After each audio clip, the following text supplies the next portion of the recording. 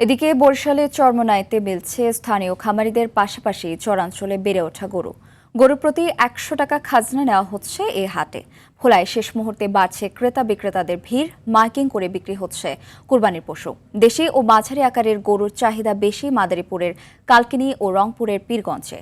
খাবার ও পরিচর্যার বাড়তি খরচের কারণে তুলনামূলক বেশি দাম হাঁকছেন নেত্রকোনার বিক্রেতারা। একই কারণে লোকসানের মুখে দিনাজপুরের বিরামপুরের খামারিরা। এদিকে নীলফামারীর কয়েকটি হাটে সরকার নির্ধারিত মূল্যের চেয়ে অতিরিক্ত চাঁদা আদায়ের অভিযোগ উঠেছে ইজারাদারদের বিরুদ্ধে। অধিকাংশ হাটে রসিদ ছাড়াই বিক্রেতাদের কাছ থেকে নেওয়া হচ্ছে চাঁদা।